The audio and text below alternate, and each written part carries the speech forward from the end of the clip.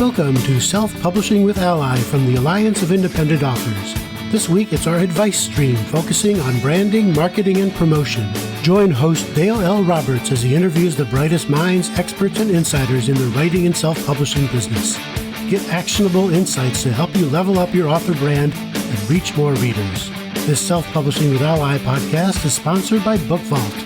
Sell high-quality print-on-demand books directly to readers worldwide and earn maximum royalties selling directly.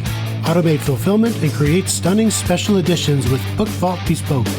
Visit bookvault.app today for an instant quote. And here's your host, Dale L. Roberts. What if the difference between a successful book promotion and a wasted marketing budget came down to a few simple choices? Welcome to the Branding, Marketing, and Promotion segment of the Self-Publishing with ALLi podcast, and I'm your host, Dale L. Roberts, and today we're looking at how authors can get the most out of one of the most widely used book marketing platforms in the business.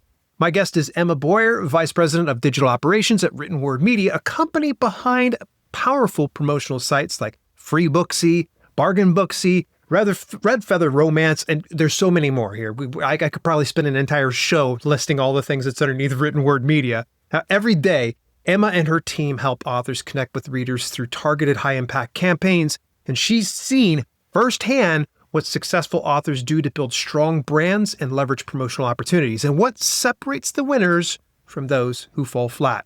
Without any further ado, welcoming here to the Self-Publishing with ALLi podcast, Emma Boyer. How you doing, Emma? I'm good. Thanks, Dale. Thanks so much for having me. I'm geeked up to have you here as well. This has been a long time in the making, but without any further ado, because I've got a bevy of questions for you. Now, let's just start it out with the best first place, because I'm not sure if everybody's familiar with Written Word Media. So for those that are new to Written Word Media, what exactly do you offer to indie authors looking to build visibility and boost sales? Yeah, absolutely. So Written Word Media is primarily a book marketing platform, and people mostly know us, as you said, for our email promotions and the longest 10-year promotional sites that we have are Free Booksy and Bargain Booksy. And we also have some genre-specific websites like Red Feather Romance. We have a launch package called New in Books. We have an audiobook website called Audio Thicket. So those are really primarily, I would say, our bread and butter is email promos. So price promotions, whether books are free or 99 cents, less than $5 traditionally is kind of our sweet spot. What people tend to know a little bit less is that we do also offer list building for authors. That's relatively new. We have a product called Subscriber Surge Giveaways where authors can build their own email lists if that's something they're interested in doing. We also have we run Facebook and Amazon ads for authors in really kind of easy, as easy as buying a t-shirt, one click sort of way that authors don't have to worry about kind of learning those platforms or doing creative or targeting or anything like that. So we do have a number of promotional tools, but I do think, people tend to know us most for our ebook promos. Got you. I know I got the chance to meet Farrell Vernon, one of the founders, a few years ago at 20 Books Vegas, and it was so great chatting him up. And I've since been able to use Written Word Media on a couple of occasions and found positive results. Now, You have seen countless campaigns come through Written Word Media. What are the key branding elements that top performing authors have in place before they even launch a promo? Yeah, that's such a good question, and it's so important, right? So some of the sort of key branding elements, I think, are obviously a cover that's genre resonant. So it doesn't have to be, we get a lot of questions about this, and it doesn't have to be the most innovative or groundbreaking or different looking cover. It doesn't have to be even the most high quality, although I think high quality is better. It just has to look like the genre that it is, right? So if it's a fantasy, it needs to look like a fantasy. If it's a thriller, it needs to look like a thriller.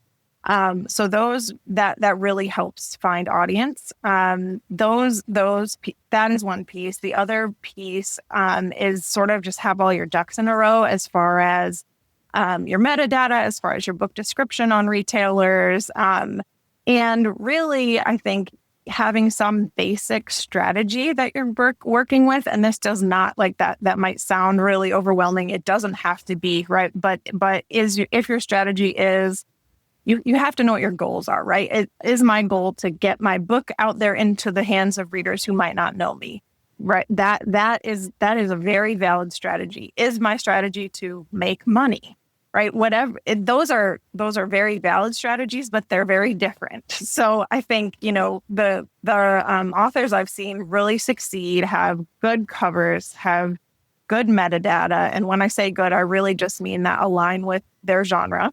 And have a sense of what their strategy is. So I think some authors tend to run free promos relatively frequently. I would say every 90 days. And those authors are usually doing it to either get that book out there widely, because our free promos obviously have thousands and thousands of downloads, or they're doing it to increase sell-through on a series. So they have that first in series free.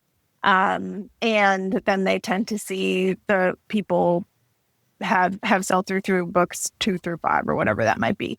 So I think, not to make it complicated, but just having a very, very basic marketing strategy, or at least an idea of what you want to have happen, tends to be where we see the best results. It's when those things don't necessarily align. It's when somebody, doesn't necessarily know what they're after. And then they're like, well, I don't know if those results are good. Well, the reason you don't know if the results are good is because you don't really know what you wanted to begin with, right? Mm-hmm. So I think those are the few elements I would really say that authors should have their ducks in a row before they promote.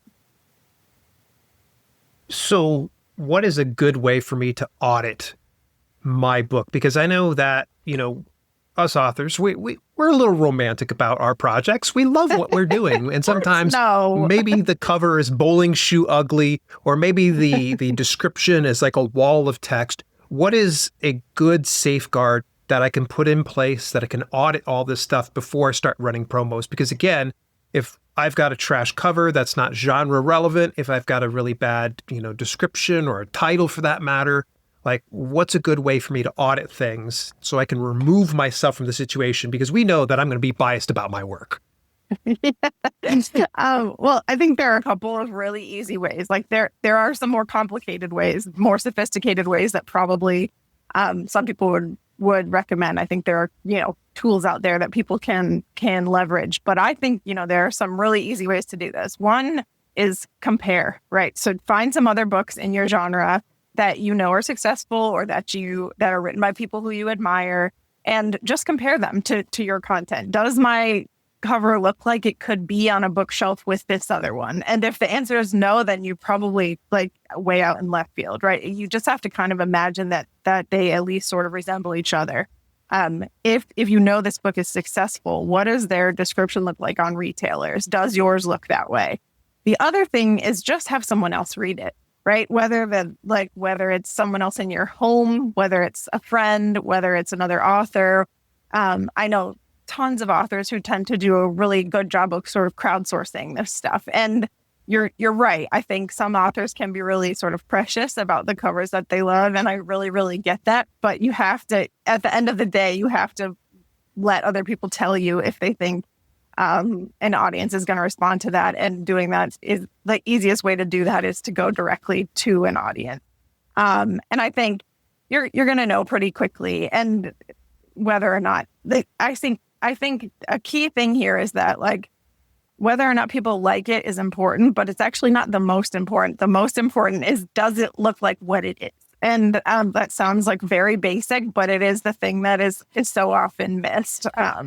If it's occasionally we'll see submissions that are got a couple, right, in some sort of embrace, and very, very, very far in the background, and a tiny little speck is a spaceship, and people want to promote it as a sci-fi. It's well, sure, there is space, and I understand the content is space, but the cover doesn't look that way. So to a reader who's just going to very briefly scan that cover, it doesn't immediately say, oh yes, I like this, I'm a sci-fi reader, this is a book for me. So yeah, I think some of the quickest ways are to compare against other books in your genre, and also just to check with other people, get it outside of your own brain. Nice. So we've covered a couple of mistakes, obviously, some authors make. What are some of the other biggest mistakes you see authors make when they're trying to promote their books through your platforms? Yeah, that's a good question. I think, for the most part, it's not so much mistakes as a mismatch of expectations or strategy and the sort of output that they get. I think that's probably the most common thing. So, for example, if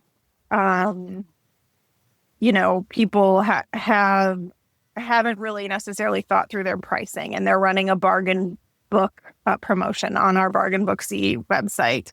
I have a wonderful team of real humans who's like always talking to our customers, and if anyone has questions, is happy to answer them ahead of the promotion. But they'll look at a promotion, and an author, may be expected to make lots and lots of money on a promotion where they price their book really, really high. And so that's not really a mistake so much as, again, a mismatch of expectations versus like the actual strategy involved. And what I mean by that is, like, if you're running a thriller book promotion and your book is priced at $5 or $4.99, and it's in our newsletter with a bunch of other thrillers that are similar quality, similar length, look similar, that are 99 cents, other people, our readers, are obviously like going to take a chance on that 99-cent book. And though, sometimes it's a little tough to get your head around the math of pricing my book lower is going to make it actually sell more copies. Sometimes like that expectation and that reality don't necessarily match. I will say, though, that, for the most part, I would say vast majority of our authors tend to kind of listen to us about it and learn that lesson quickly. So I think it kind of goes back to having a strategy before you start, like knowing what your goal is. If it's to make money, like talk to us about how to do that first before, and make sure everything you do is in service of that goal. I think that's really the biggest mistake. And then similarly, to along the lines of strategy, I think is just thinking about things like timing. So for example, like if you just ran a promotion with us on we don't let you run a promotion more than every 30 days on the same brand. But I would say, being strategic about, like, I'm going to promote my backlist titles one after another, or I'm going to promote every 90 days. I think, that's not necessarily, again, a mistake, but if you're just kind of willy-nilly doing it and not necessarily tracking the results, like, you might not, it's not really concerted effort. I always tell people, if you don't know where to start with your marketing efforts, if you're just like, I don't know when to do what, I think personally, and this is definitely an Emma take here, is that it's better to do a number of things at once in a concentrated way. So we have a product called Promo Stacks that does this for authors. That was sort of an answer to authors prior to us kind of rolling out Promo Stacks. We're hand picking promotions from a number of different promo sites and kind of running them during their during Kindle Countdown weeks, or times when they were trying to make it free or a lower price. And so we have a stack option that kind of does this for you. And I think whether you're going to invest in something like that, or you're going to run a promotion and plan social media outreach and do a newsletter, whatever that might be, do it all at the same time. So I think, as opposed to like one thing here and one thing there, I think if you think, just like for simplicity's sake, your strategy, if you don't have one, my advice is once a quarter, do all the things. Do it for a week, like really promote it, and then you do it again the next quarter, kind of juice the flywheel. There are, of course, shades of gray, and, authors are sophisticated, and you'll all figure out like the thing that works for you and your audience the best. But if you don't have a starting point, that's what I recommend. Good stuff. How important do you think is it having multiple books, a strong backlist, or a series when planning promotions? It's definitely important. I think, but I don't think it's imperative. And I think that's a mistake a lot of authors make, is that well, I don't have 5 books in this series, so it's not worth promoting them. And I think that's not necessarily true. So obviously the potential for earnings is higher the more books you have and the more books that you're promoting, like just the basic math of it, right? If there's more books, you have more chances to make more money.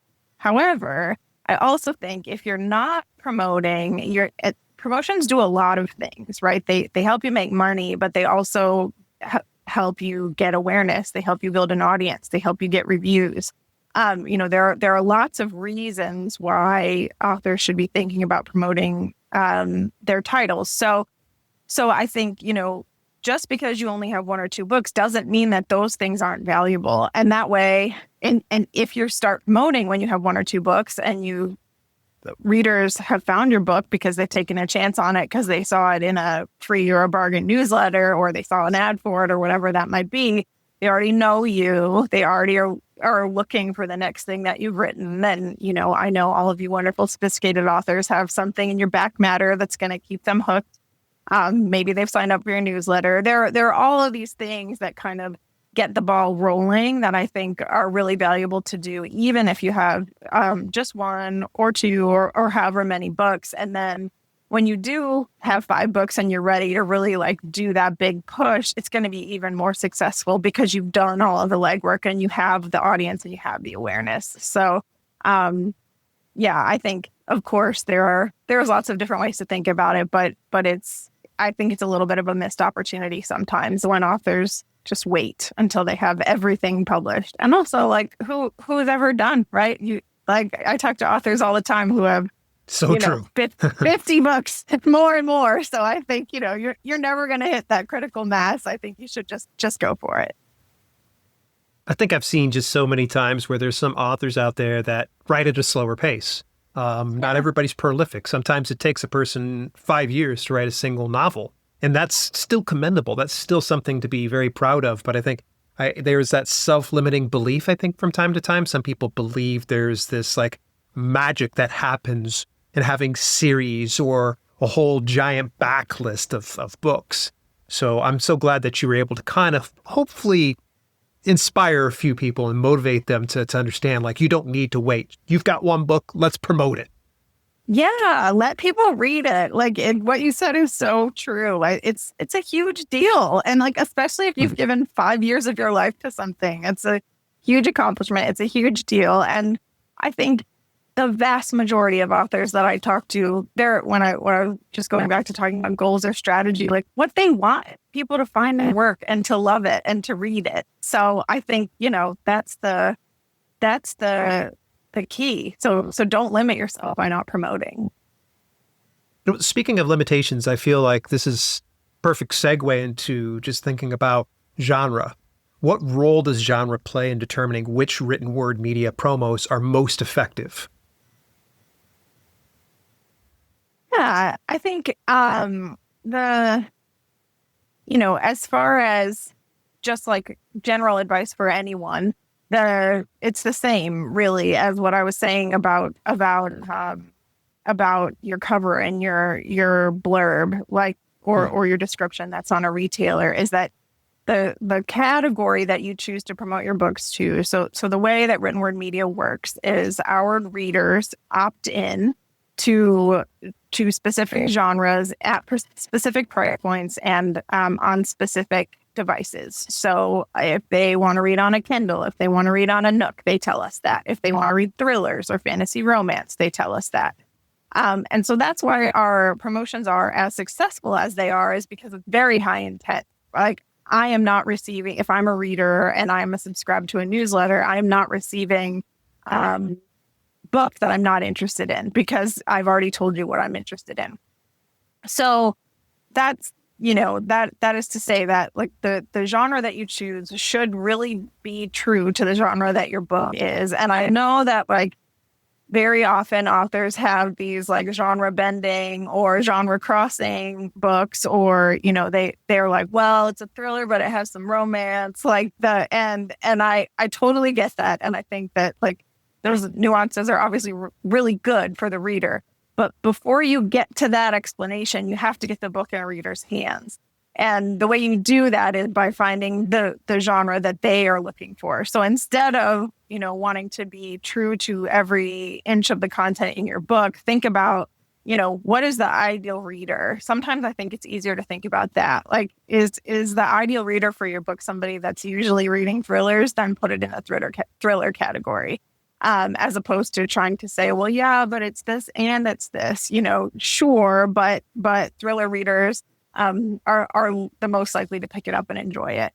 And as for the genres that are, tend to be the most successful across written word media, I think it's very much what you would think. It's, the kind of headline genres that you would see anywhere, but really commercial genre fiction like thrillers, mysteries, romance does super well for us, and lots of romance subgenres do really well for us.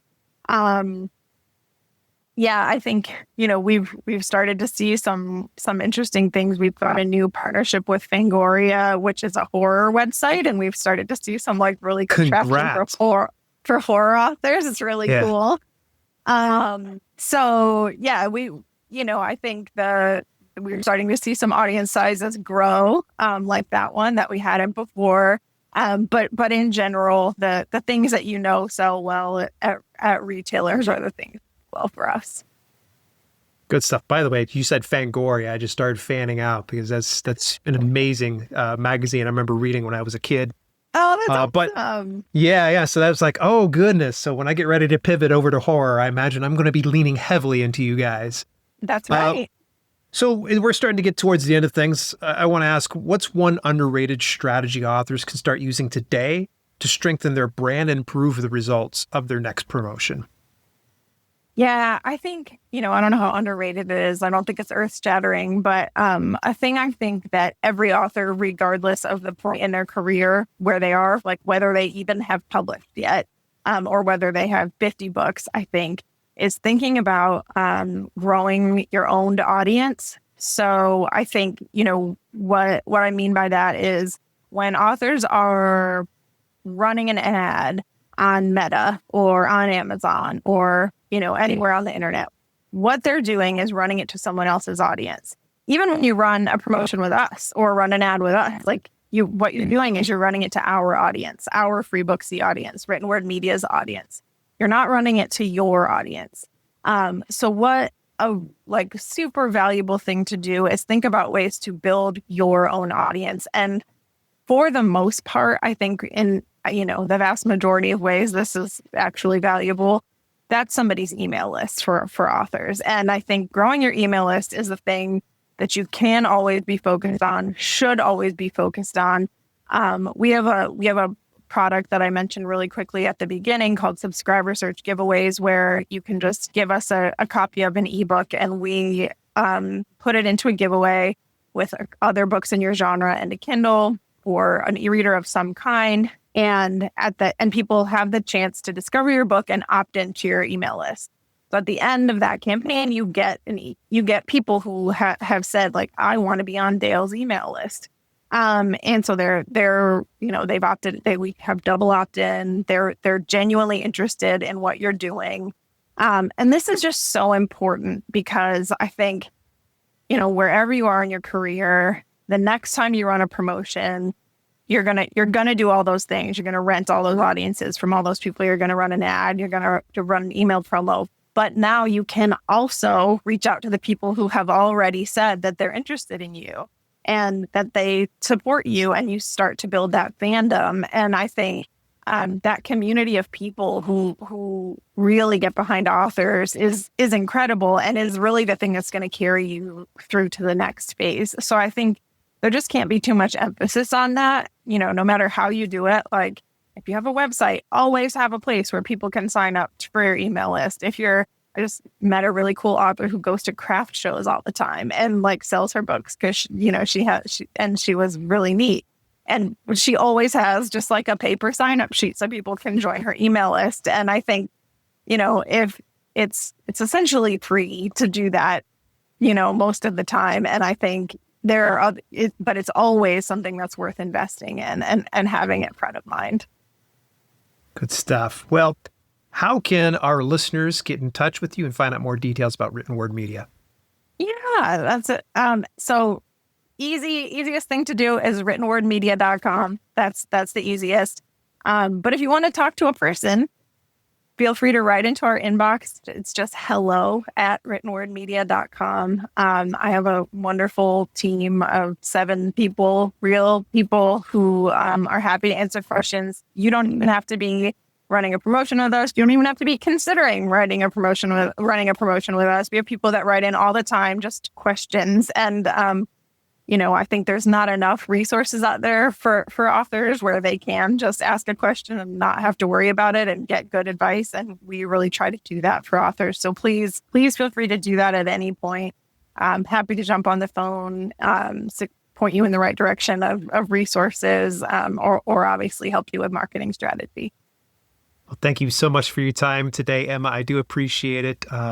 So hopefully we can do this sometime again soon. I'd love to. Thanks, Dale. It was great. You've been listening to the Branding, Marketing, and Promotion stream of the Self-Publishing with ALLi podcast with Dale L. Roberts. This podcast is sponsored by Book Vault. Sell high-quality print-on-demand books directly to readers worldwide and earn maximum royalties selling directly. Automate fulfillment and create stunning special editions with Book Vault Bespoke. Visit bookvault.app today for an instant quote.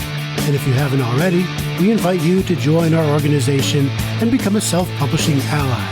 You can do that at allianceindependentauthors.org.